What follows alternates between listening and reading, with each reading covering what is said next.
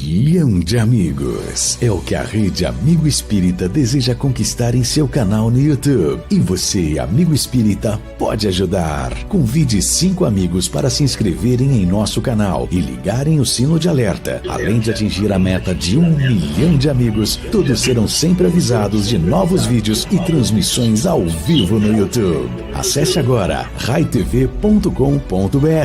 Rede Amigo Espírita, divulgando, instruindo e unificando.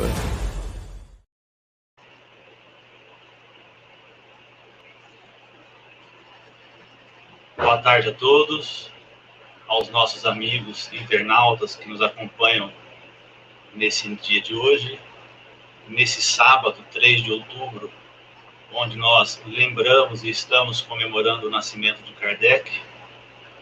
E é com muita alegria que nós iniciamos o nosso mês de Allan Kardec. Já tem 6 anos que a nossa casa promove esses encontros, né?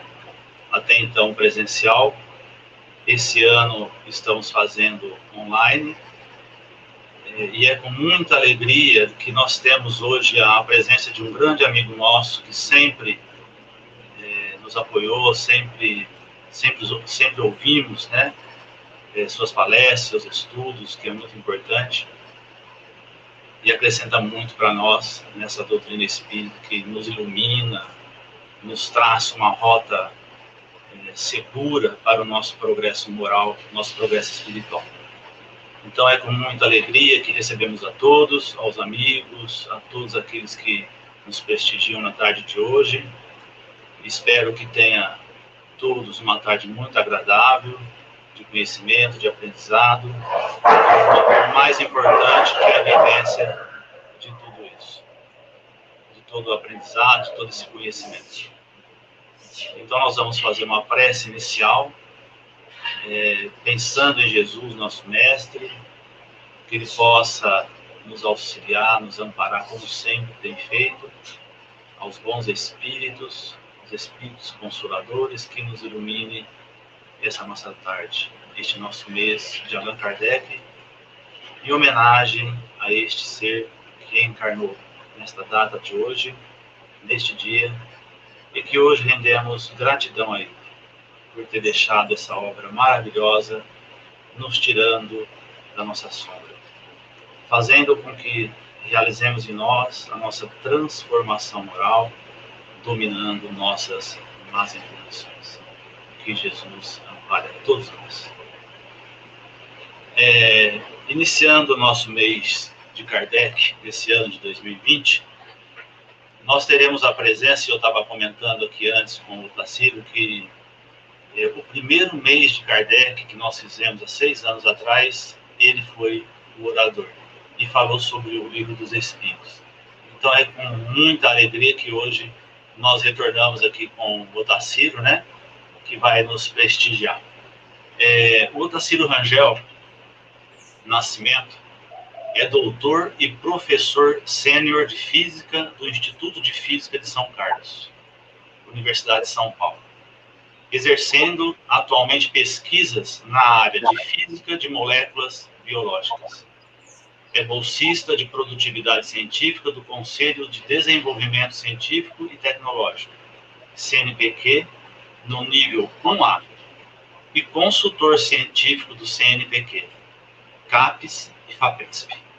É casado, tendo 7 filhos e 5 netos. Que maravilha, né? Uma alegria para todos nós, os netos, né? Estou experienciando isso agora. Tornou-se espírita com 18 anos de idade, participando do movimento Jovem Espírita na cidade de Goiânia, de onde é natural. Atualmente, é membro da Associação Espírita Obreiros do Bem da cidade de São Carlos. É palestrante espírita com experiências acumuladas em mais de 5 décadas, sendo bastante requisitado para discorrer sobre temas de vertentes, religião e filosofia da doutrina espírita, mas principalmente sobre ciência, onde alia o conhecimento doutrinário ao acadêmico. Então, este palestrante de hoje, o Otacílio Rangel, seja bem-vindo, que estaremos com ele juntos hoje, nos brindando com a sua palestra. Seja iluminado, que Jesus te abençoe sempre. Obrigado. Muito obrigado, é um prazer estar com vocês, estar com todos aqueles que nos acompanham através da internet, nesse sábado ensolarado, cheio de calor, mas que todos nós estamos aqui aproveitando o nosso tempo com a busca dos valores e dos conhecimentos espirituais. Nós hoje vamos abordar um tema que é muito interessante e que está bem colocado por Allan Kardec no capítulo 4 do Evangelho segundo o Espiritismo, com o título Ninguém poderá ver o reino de Deus se não nascer de novo. E aqui, nesse capítulo, Allan Kardec, com muita sabedoria, com muito bom senso, faz uma análise muito interessante de diversos textos do Evangelho de Jesus para mostrar que a reencarnação, como nós a entendemos na doutrina espírita, fez parte e faz parte dos ensinamentos de Jesus. Há muitas pessoas, muitas correntes cristãs de outras feições religiosas que não incluem esses ensinamentos de Jesus e dão interpretação diferente daquela que, a rigor, deveria ser a que nós vamos ver hoje, porque nós não vamos, senão, aproveitar das lições de Jesus para entender isso. Uma coisa que é interessante a gente lembrar é que na época em que Jesus viveu entre o povo da Palestina, na Judéia, os judeus que eram descendentes do povo hebreu, que foi exilado do Egito e através da migração pelo deserto veio parar na Palestina, eles tinham toda uma tradição, não é, sobre uma série de ensinamentos espirituais, mas com ideias ainda não muito claras. E entre elas, eles falavam muito da ressurreição. E a gente não pode simplesmente interpretar a ressurreição com reencarnação, porque o Velho Testamento e também o Novo Testamento fala de dois tipos de ressurreição, que nós vamos ver ao longo do texto, da nossa análise. Mas vamos começar, então, lembrando, né, essa ideia da ressurreição, como ela aparece no Velho Testamento, em alguns trechos do Velho Testamento, que Kardec também alinha para nós. A gente vai ver, por exemplo, no profeta Isaías, no capítulo 26, versículo 19, a seguinte colocação: aqueles do vosso povo a quem a morte foi dada, viverão de novo. Aqueles que estavam mortos em meio a mim, ressuscitarão. Aí surge a palavra ressurreição, né? Como ressurgir, ressuscitar. Então, vamos ler de novo esse trechinho. Aquele do povo a quem a morte foi dada, viverão de novo. Aqueles que estavam mortos em meio a mim, ressuscitarão. Despertai do vosso sono e entoai louvores a Deus, vós que habitais no pó. Porque o orvalho que cai sobre vós é um orvalho de luz, e porque arruinareis a terra e o reino dos gigantes. Então, a gente vê nesse trecho uma coisa muito interessante, porque essa primeira frase, aqueles do vosso povo a quem a morte foi dada, viverão de novo, ele está falando dos homens, porque aquele do vosso povo são as pessoas, o povo, as pessoas fazem parte do povo, não é? A quem a morte foi dada, viverão de novo. Ora, ele não está falando que continua a viver, então ele não está falando da vida espiritual, porque senão ele diria assim, aqueles do vosso povo a quem a morte foi dada, continuam vivos, vivem ainda, não é? E não viverão de novo. Viverão de novo significa que vão voltar a ser povo, membros do povo. Então, isso aí é uma volta à vida com o corpo físico. Aqueles que estavam mortos em meio a mim, quer dizer, ainda era contemporâneo de Isaías, né? Aqueles do povo, do vosso povo a quem a morte foi dada é passado, mas aqueles que estavam mortos em meio a mim, quer dizer, no presente de Isaías, a mim, aqueles que morreram junto, na mesma época que eu, ressuscitarão. Então, a palavra ressuscitar está sendo relacionada com viverão de novo.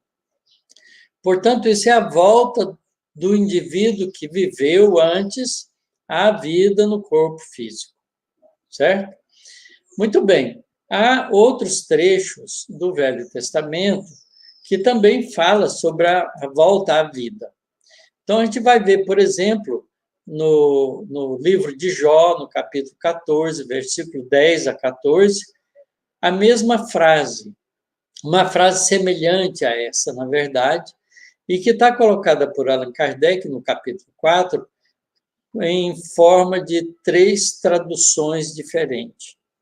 Ele diz o seguinte: mas quando o homem há morrido uma vez, quando seu corpo, separado de seu espírito, foi consumido, o que é feito dele? Tendo morrido uma vez, poderia o homem reviver de novo? Está falando do homem. Tendo morrido uma vez, poderia o homem reviver de novo? Vocês vejam que aqui, nessa frase, Jó faz a distinção entre o homem e o espírito. Vamos ler outra vez.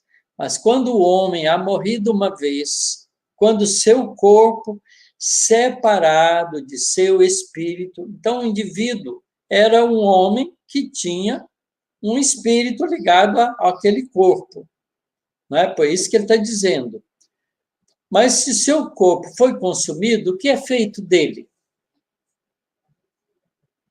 Tendo morrido uma vez, poderia o homem reviver de novo?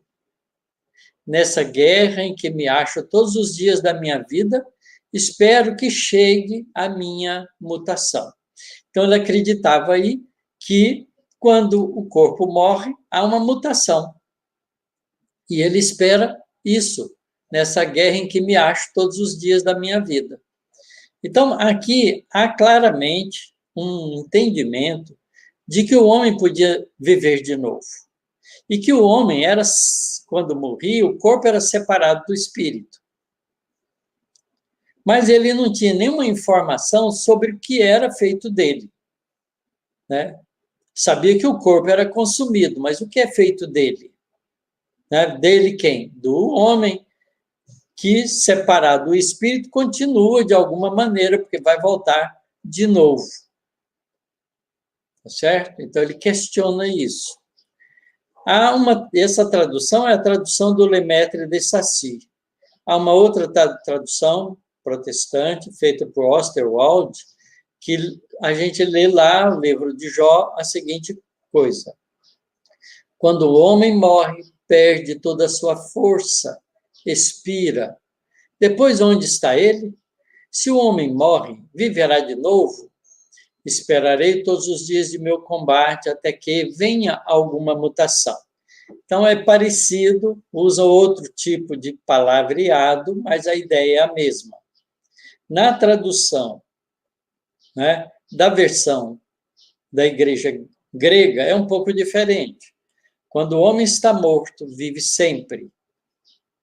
Acabando os dias de minha existência terrestre, esperarei, porquanto a ela voltarei de novo.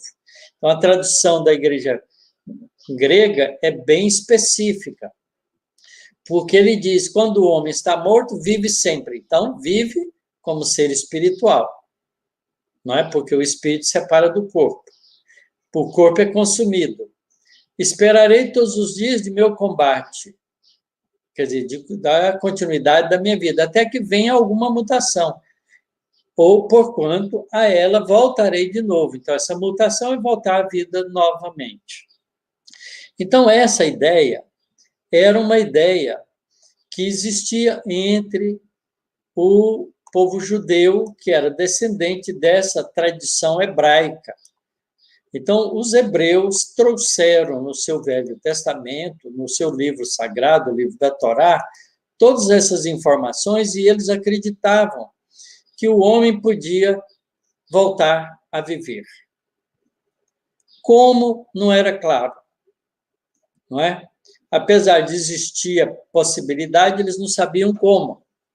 Mas eles tinham ideia que o homem era constituído de um corpo e de um espírito que separava dele. E que o corpo era consumido, né? Então, vamos agora ver no Novo Testamento os ensinamentos de Jesus relativo a essa ideia da ressurreição, que era crença na época de Jesus, por herança de cultura do povo judeu, através da tradição hebraica. Então, nós vamos ler no capítulo 16, versículo de 13 a 17, de São Marcos, de São Mateus, ou no capítulo 6, versículo 27 a 30, de São Marcos, a seguinte coisa. Jesus, tendo vindo às cercanias de Cesareia de Filipe, interrogou assim seus discípulos: que dizem os homens com relação ao Filho do Homem? Quem dizem que eu sou? É interessante essa primeira frase, que Jesus pergunta qual era a ideia que os discípulos e as pessoas faziam em relação ao Filho do Homem, que era ele, Jesus. Eles lhes responderam: dizem uns que és João Batista, outros que Elias, outros que Jeremias ou algum dos profetas. Perguntou-lhes Jesus: e vós, meus discípulos, quem dizeis que eu sou?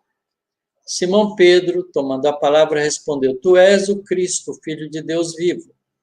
Replicou-lhe Jesus: bem-aventurado és Simão, filho de Jonas, porque não foram a carne nem o sangue que isto te revelaram, mas meu Pai que está nos céus.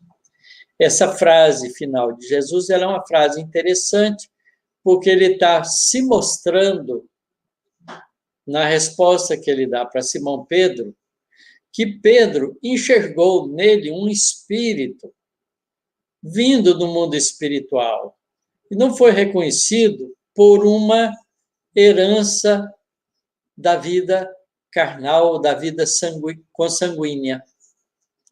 Então, Jesus era um espírito que tinha vindo ao planeta Terra, independente da ideia da ressurreição. Mas vejam só como os discípulos têm dificuldade, porque eles respondem assim: dizem uns que é João Batista. Ora, João Batista era contemporâneo de Jesus. Jesus e João Batista se encontram, depois João Batista é degolado.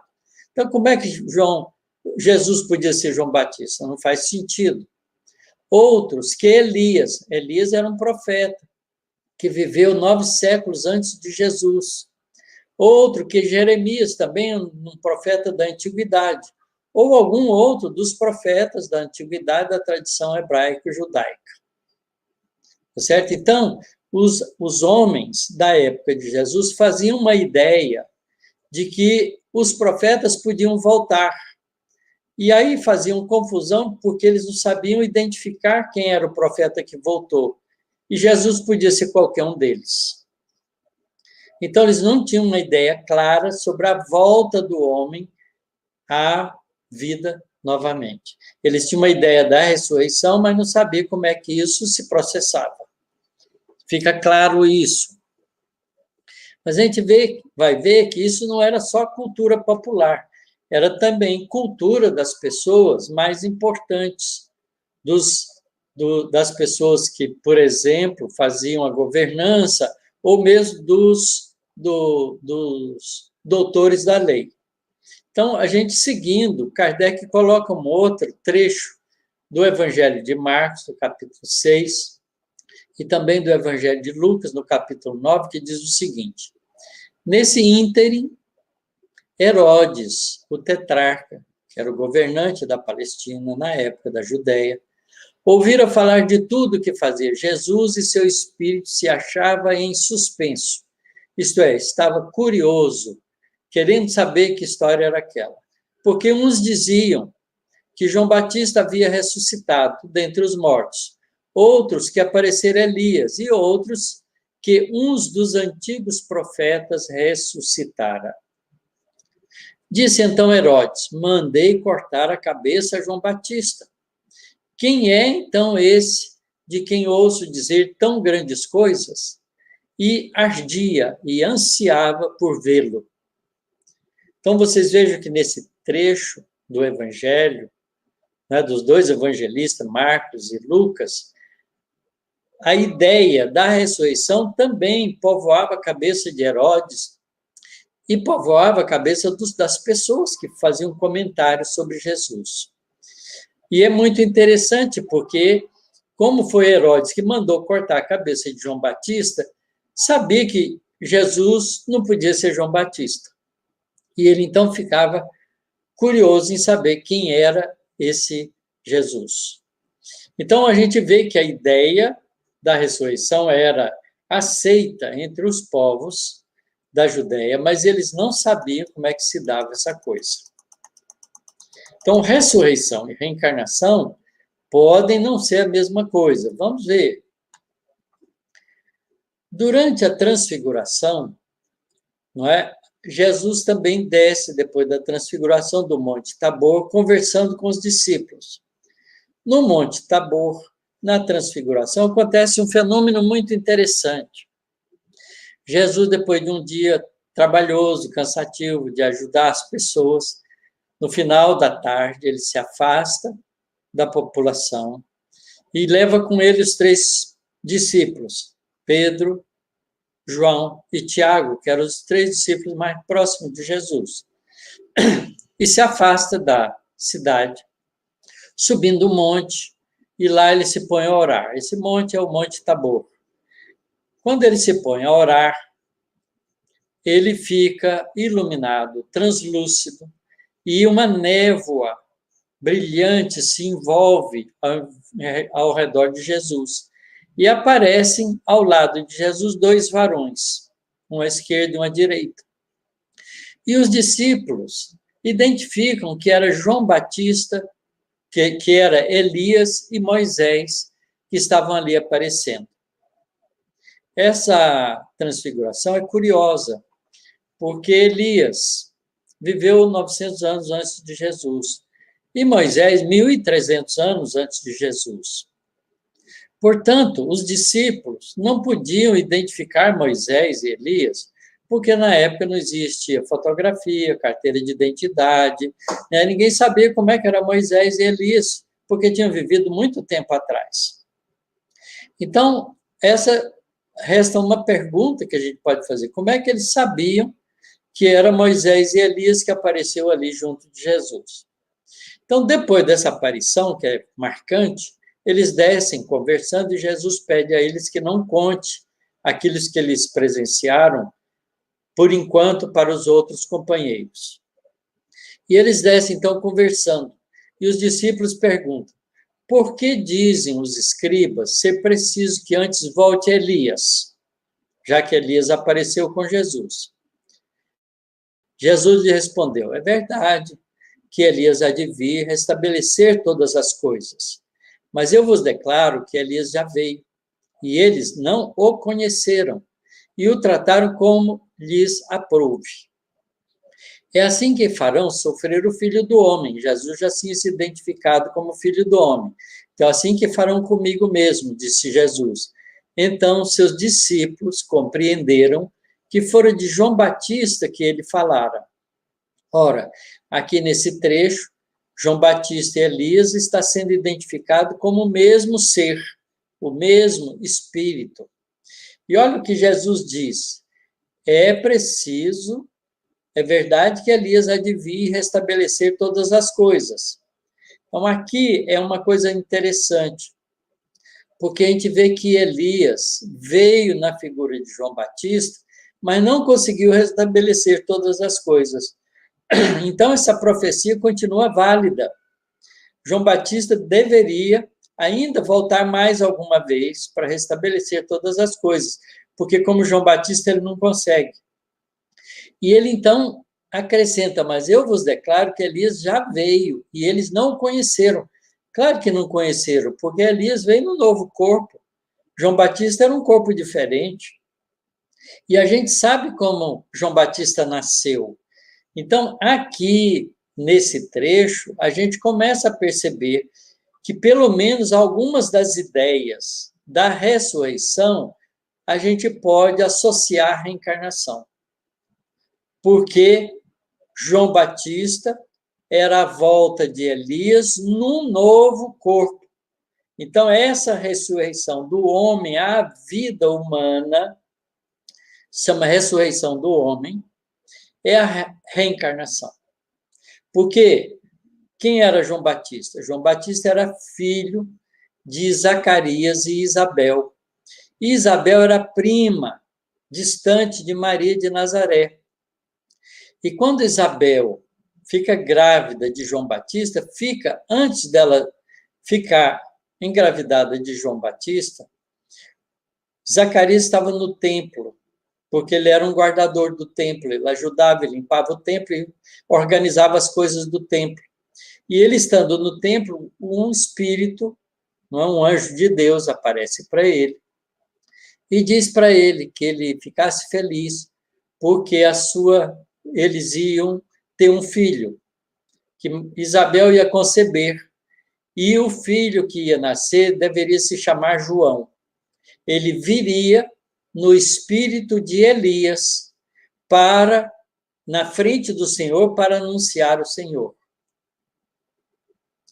E Zacarias fica tão assustado com aquela aparência e incrédulo, porque Zacarias e Isabel já eram de meia idade, e Isabel era estéril, eles não tinham nenhum filho, então ele ficou na dúvida. E aí, então, o Espírito diz para ele, porque você duvidou de mim, você vai ficar sem falar até o dia do nascimento do menino. E ele, então, sai do templo mudo, sem conseguir conversar. Passaram-se alguns meses e Isabel engravida. E quando ela está de 3 meses de gravidez, aliás, está com 5 meses de gravidez, o anjo, mesmo anjo que apareceu para ela, aparece para Maria de Nazaré e diz para Maria de Nazaré que ela ia ter um filho, e esse filho era o Senhor que voltaria, que viria para salvar os homens, dentro da profecia que existia da vinda de Jesus.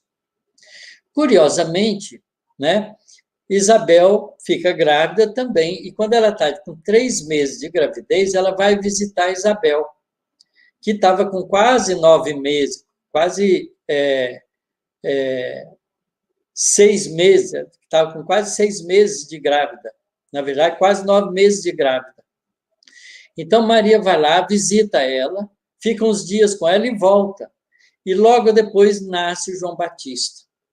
E o encontro de Maria com Isabel é um encontro muito interessante, porque elas se reconhecem como servas, tendo ali 2 espíritos que iam nascer para um trabalho de muita importância entre o povo judeu.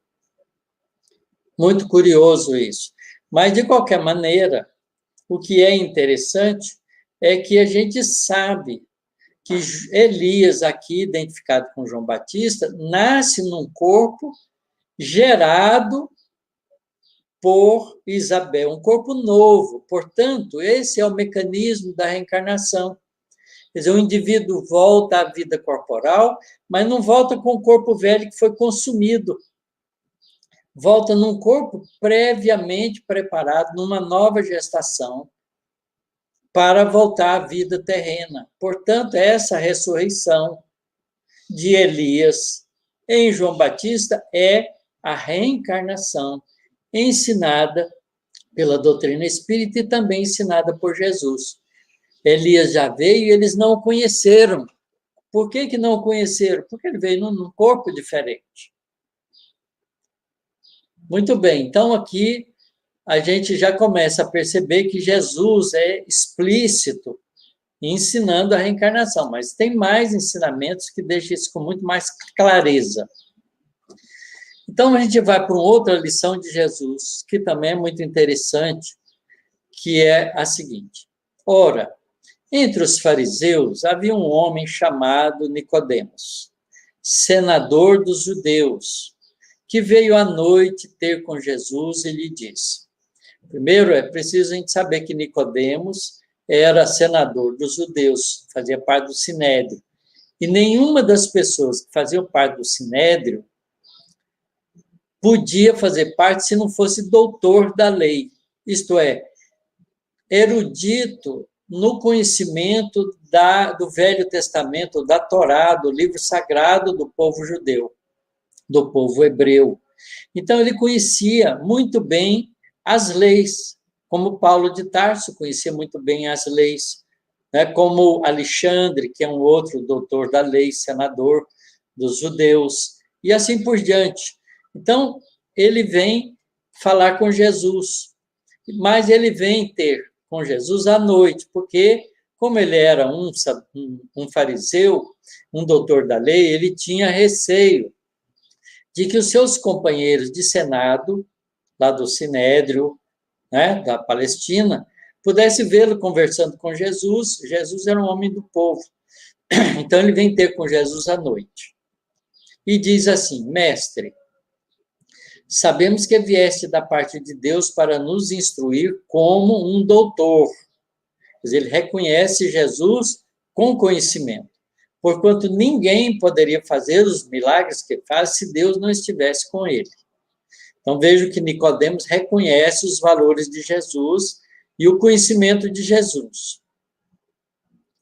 Jesus, então, lhe respondeu: em verdade, digo-te, ninguém pode ver o reino de Deus se não nascer de novo.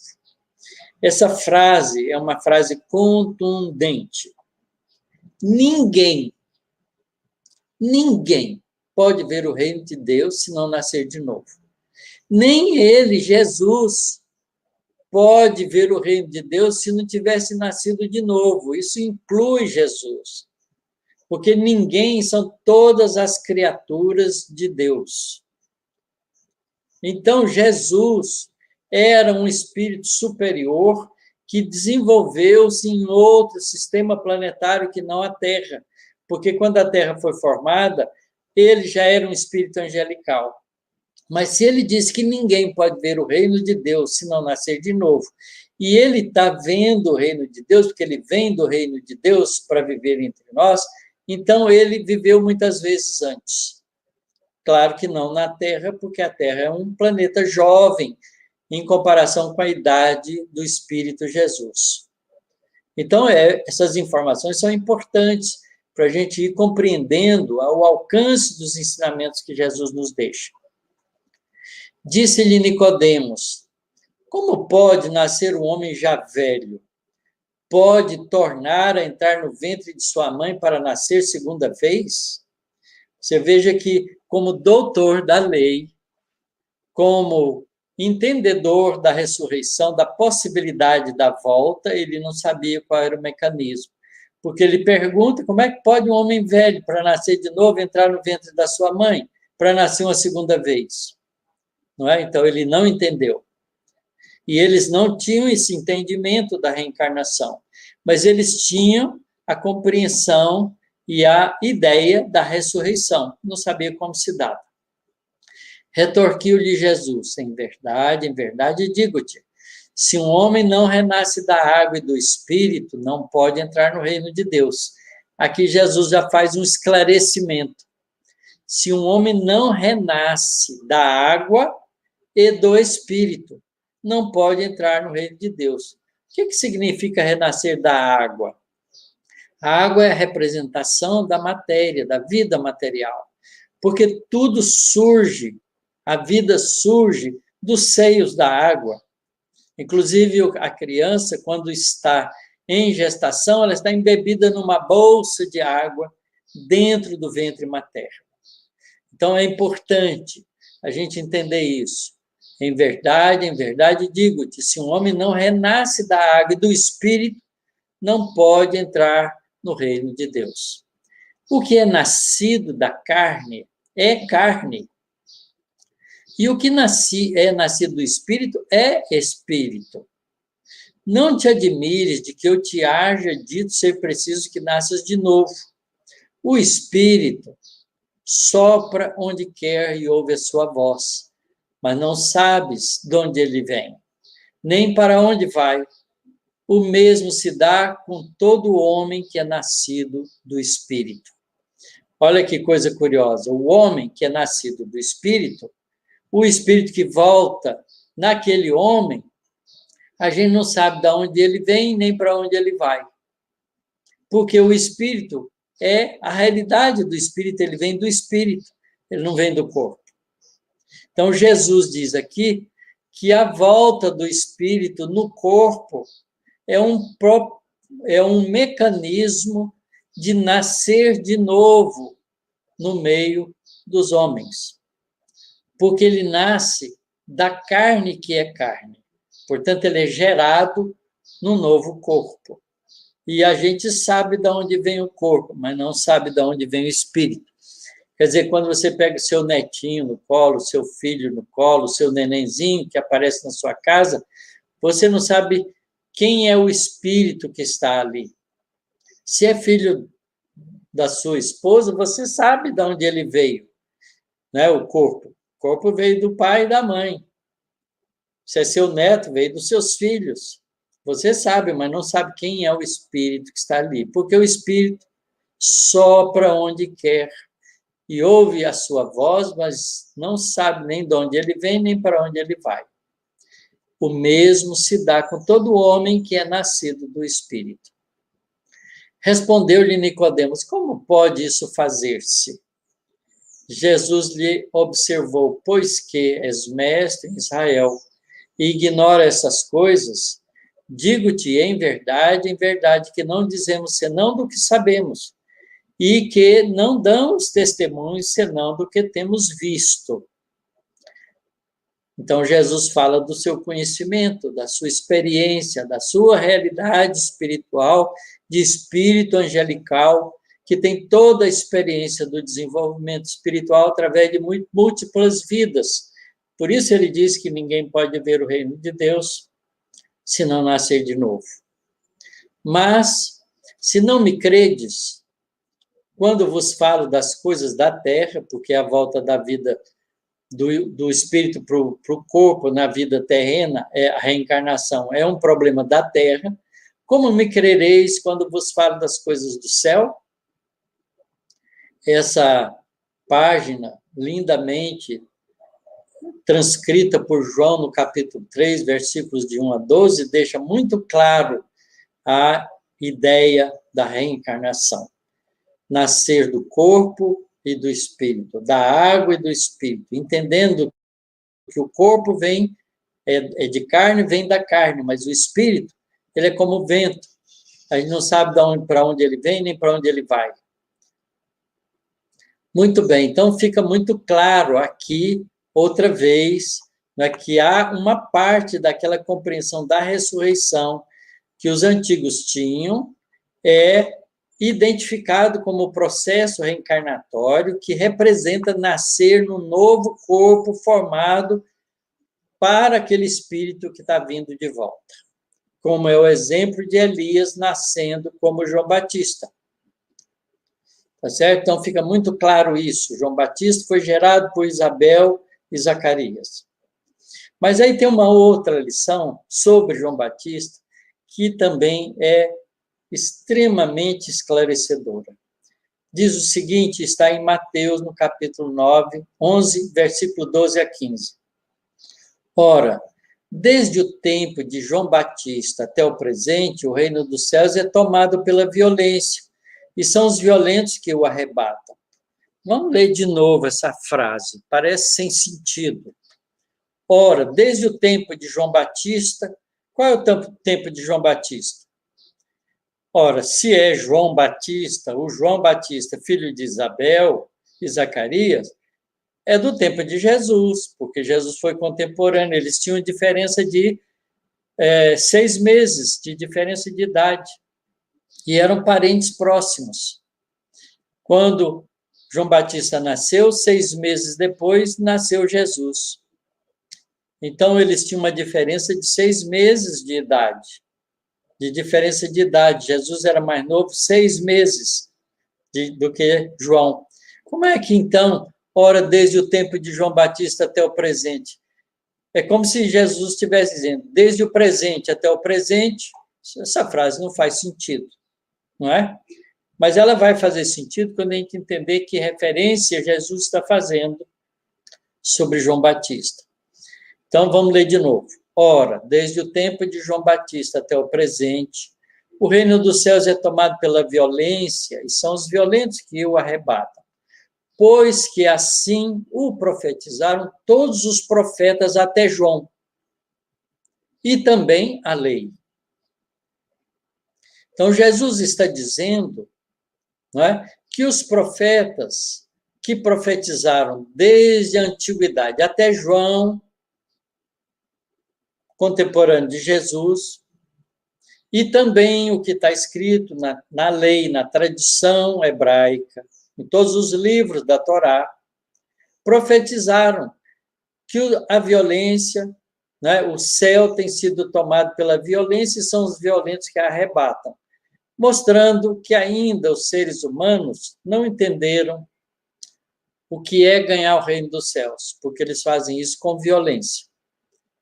E aí Jesus completa a frase: se quiserdes compreender o que vos digo, ele mesmo, esse João que eu estou me falando, é o Elias que há de vir.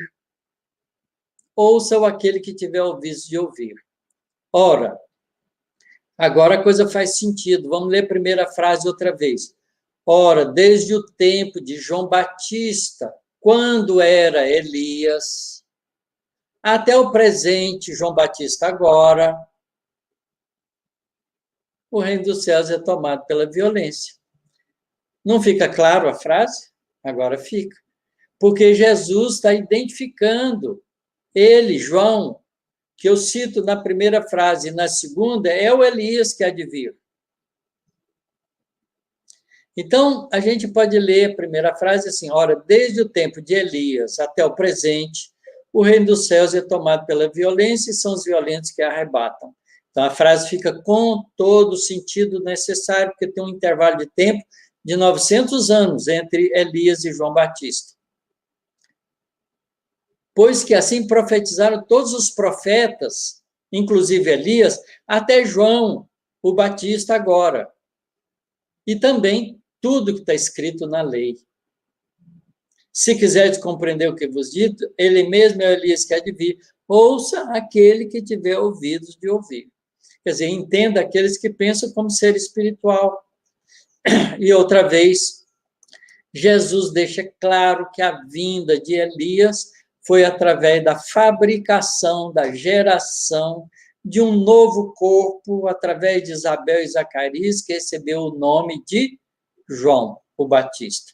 Portanto, essa ressurreição, essa volta do homem à vida humana, essa ressurreição do homem de novo na vida terrena, o homem que viveu na vida novamente entre os homens, é a reencarnação. Então, essa ressurreição é a reencarnação da doutrina espírita. Fica muito claro isso, e a gente não tem motivo de duvidar desses ensinamentos de Jesus. Mas é curioso, porque há uma outra ressurreição, que a gente lê também lá no Evangelho de Mateus, a ressurreição dos mortos, que está no capítulo 22 do Evangelho de Mateus, a partir do versículo 23. Vamos ler. Naquele dia, aproximaram-se dele saduceus, dizendo não haver ressurreição. Os saduceus eram uma corrente entre os judeus que não acreditavam na ressurreição. Então, os fariseus acreditavam na ressurreição, mas não sabiam como é que se dava. Os samaritanos acreditavam na ressurreição, mas não sabiam como se dava. A maioria das tradições hebraicas acreditavam na ressurreição do homem à vida de novo, mas não sabia como se dava. Mas os saduceus não acreditavam na ressurreição. Então, eles eram diferentes nesse tipo de crença. Então, naquele dia, aproximaram-se deles saduceus, dizendo não haver ressurreição. E o interrogaram, dizendo, mestre, Moisés disse, se alguém morrer não tendo filhos, o seu irmão desposará a mulher dele e suscitará descendência ao seu irmão. Então, isso era um ensinamento de Moisés. Quando alguém casava com uma pessoa, uma moça e um rapaz se casavam, não é? A moça que era casada agora tinha que suscitar, tinha que ter filhos, suscitar descendência àquele homem. Mas se eles não tivessem filhos e o homem morresse, o irmão dele teria que assumir a esposa do irmão, da viúva, portanto, para que suscitasse descendência ao irmão que morreu, para a família não desaparecer. Ora, havia entre nós 7 irmãos. O primeiro, após casar-se, morreu sem descendência, deixando sua mulher para seu irmão. De forma semelhante, o segundo também morreu sem deixar descendência. Aí o terceiro casou com ela, também não teve descendência, morreu até o 7º. Posteriormente, depois de todos, morreu também a mulher. Portanto, na ressurreição, olha a palavra, na ressurreição, de qual dos 7 será a mulher, visto que todos a possuíram? Vocês estão vendo que essa pergunta feita pelos saduceus é um sofisma, um artifício. Eles inventaram a história de 7 irmãos, criaram a situação de cada um deles casou com a mulher, mas morreu antes de ter filho, até o 7º. E todos eles morreram sem ter filho. E a mulher também morreu. Lá, na ressurreição, que ressurreição? A ressurreição agora no mundo espiritual. De qual dos 7 será a mulher, visto que todos a possuíram? Em resposta, Jesus lhes disse, estais enganados, não conhecendo as Escrituras nem o poder de Deus.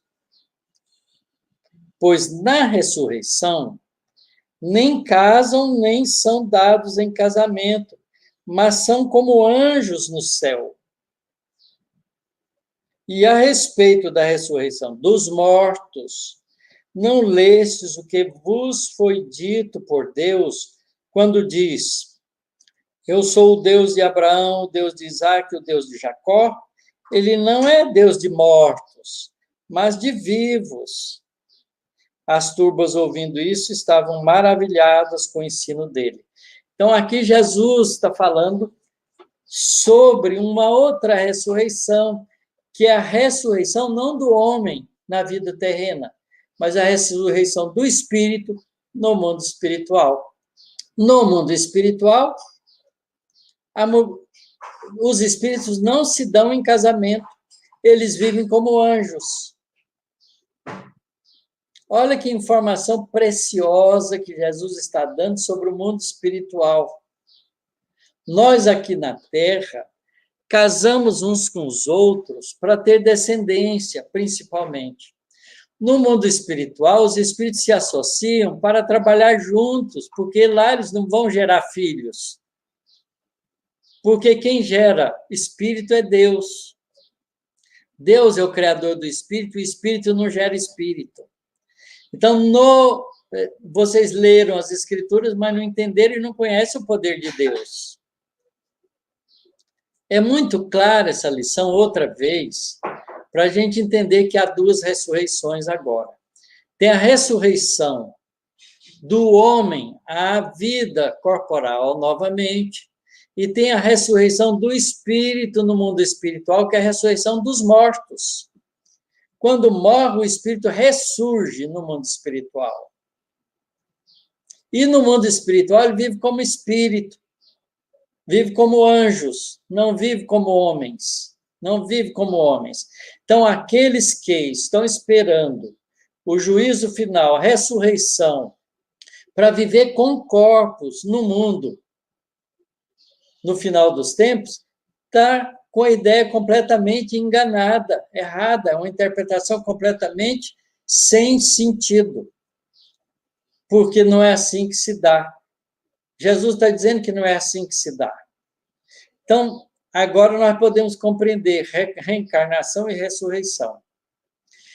Ressurreição para os judeus tinha duas interpretações.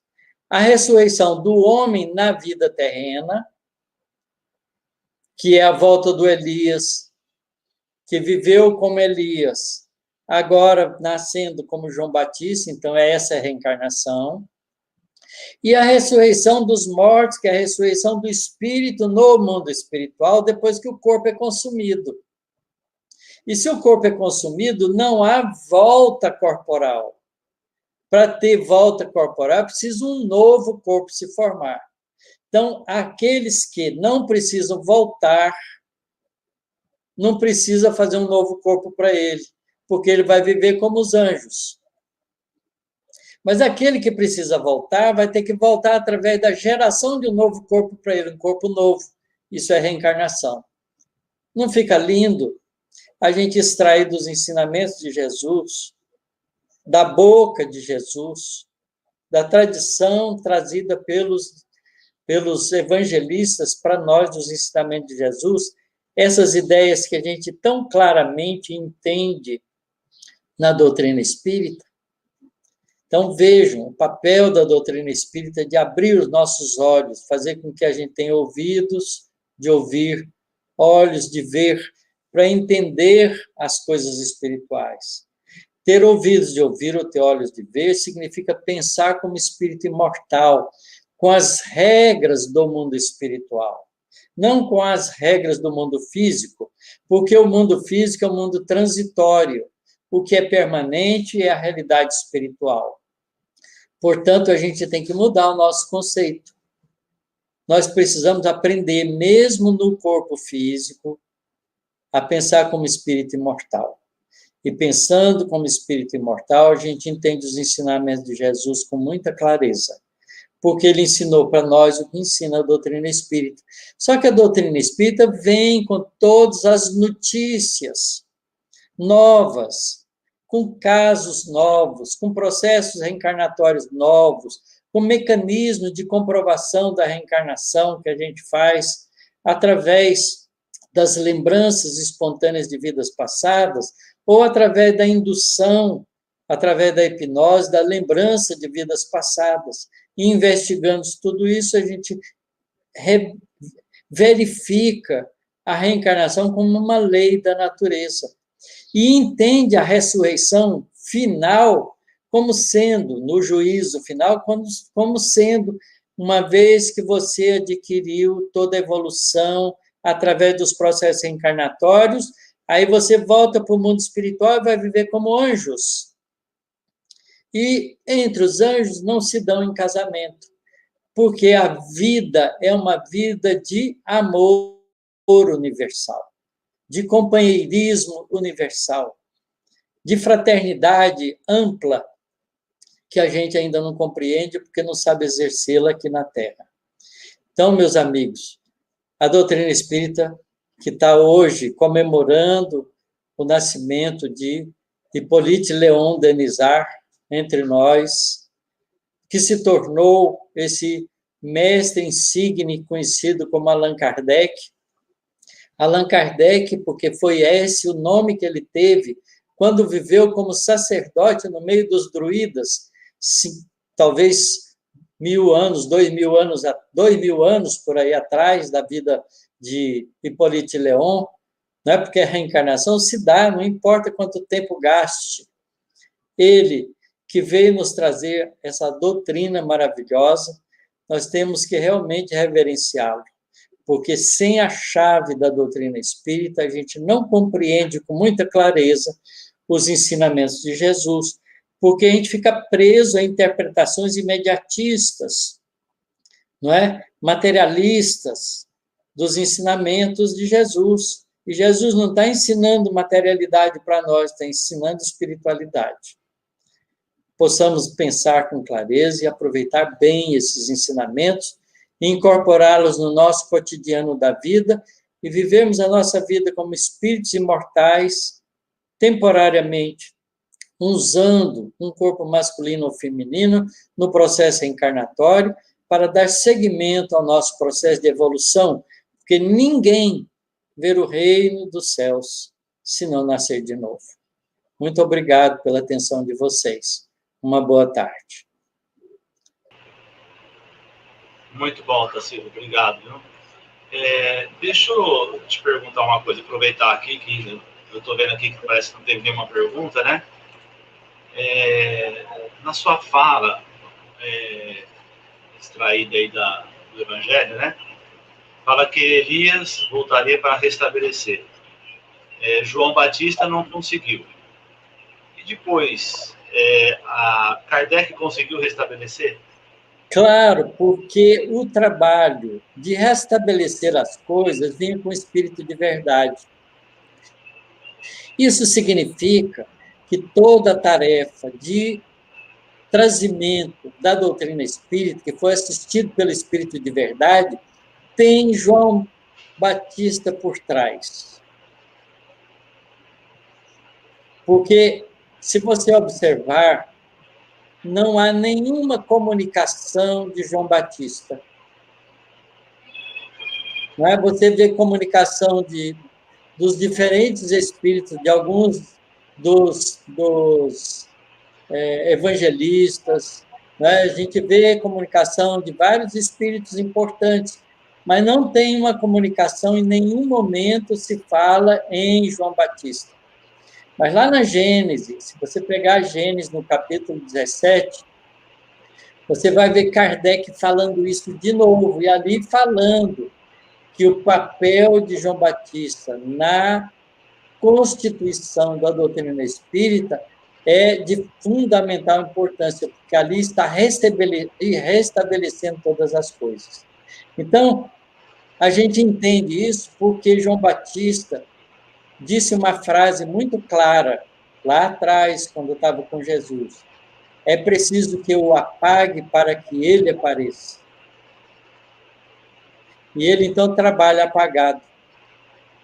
Trabalha sem aparecer como o emissário de Jesus no restabelecimento das coisas. Porque Jesus disse uma frase também muito importante sobre João Batista. Dentre os nascidos de mulher, João Batista é o maior. Mas no reino dos céus há muitos maiores do que ele. Então, veja, João Batista é um espírito comprometido com a terra, porque dentre os nascidos de mulher, quem vive na terra. A terra é a nossa mãe, é a mulher geradora da nossa vida material. Dentre os nascidos de mulher, João Batista é o maior, mas no reino dos céus, quer dizer, fora da terra, há muitos maiores do que ele. Então, João Batista é um espírito comprometido, João Batista, e esse que apresenta, provavelmente se apresentou muitas vezes para Kardec como espírito de verdade, é o João Batista restabelecendo todas as coisas. Há quem acha que o próprio Allan Kardec era o João Batista reencarnado, mas ele não tem compreensão disso. A gente sabe que ele era o João Russo, mas não sabe que era João Batista. Então, se João Batista não aparece numa nova vida depois de João Batista, ele está por trás do trabalho da doutrina espírita como um espírito fazendo parte dessa equipe espiritual, espírito de verdade, que gerenciou, administrou, observou examinou e concluiu a confecção da doutrina espírita.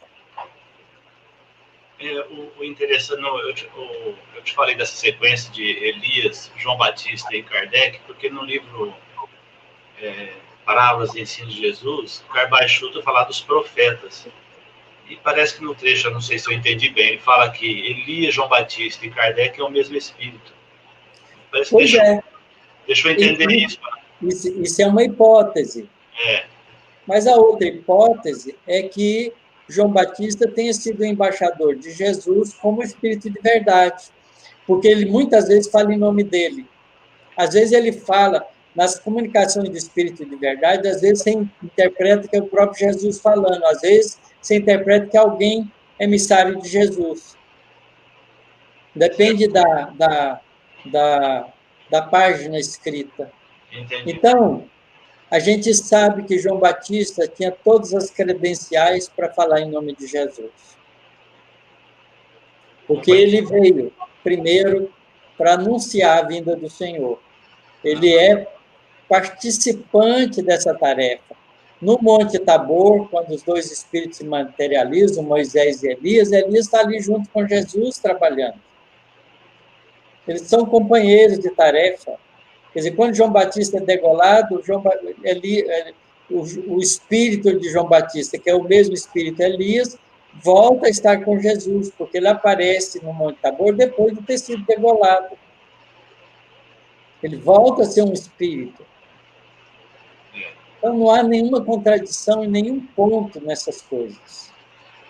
Não importa se ele era o Allan Kardec reencarnado ou se ele era o espírito de verdade. O que importa é que ele fez o trabalho dele muito bem. Vamos usufruir disso para nós, em benefício de nós próprios, né? Com certeza. Obrigado, viu? Se a gente for ficar conversando aqui... É muito bom. Vai muito distante a nossa conversa, né? Eu quero te agradecer mais uma vez por você ter prestigiado o mês de Kardec do Centro Espírita Nosso Lar aqui de Barretos, né? E pelo 6º ano consecutivo a gente está realizando, e a sua presença é muito agradável ouvi-lo e você participar conosco. Muito obrigado, um abraço. Obrigado. A sua esposa, dê um abraço bem forte a ela aí. Fala que a Cássia está mandando um beijo para ela. Obrigado. Um abraço a ela e um abraço a você também, Silvio. A todos nós. Um abraço a todos que nos acompanharam. A todos os participantes, a todos os internautas, né? Isso. Obrigado ao Luiz Nelson, que está aí nos dando suporte aí por trás. Ele não aparece, mas está aí junto com a gente. Obrigado a todos que estiveram conosco aí participando desse aprendizado que o Tarsilo nos trouxe. E nós vamos encerrando aqui esta tarde, esta abertura do mês de Allan Kardec, né, de 2020. Queremos agradecer aí a Rede Amiga Espírita, né, que permitiu a gente estar junto, transmitindo aí ao vivo as palestras. E a semana que vem nós vamos continuando com a nossa programação e teremos aqui o Moacir Camargo de São Paulo.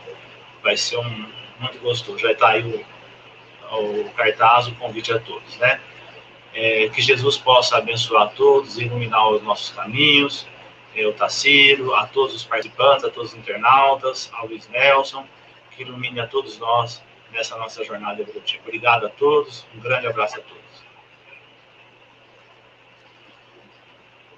1 milhão de amigos. É o que a Rede Amigo Espírita deseja conquistar em seu canal no YouTube. E você, amigo espírita, pode ajudar. Convide 5 amigos para se inscreverem em nosso canal e ligarem o sino de alerta. Além de atingir a meta de 1 milhão de amigos, todos serão sempre avisados de novos vídeos e transmissões ao vivo no YouTube. Acesse agora raitv.com.br. Rede Amigo Espírita, divulgando, instruindo e unificando.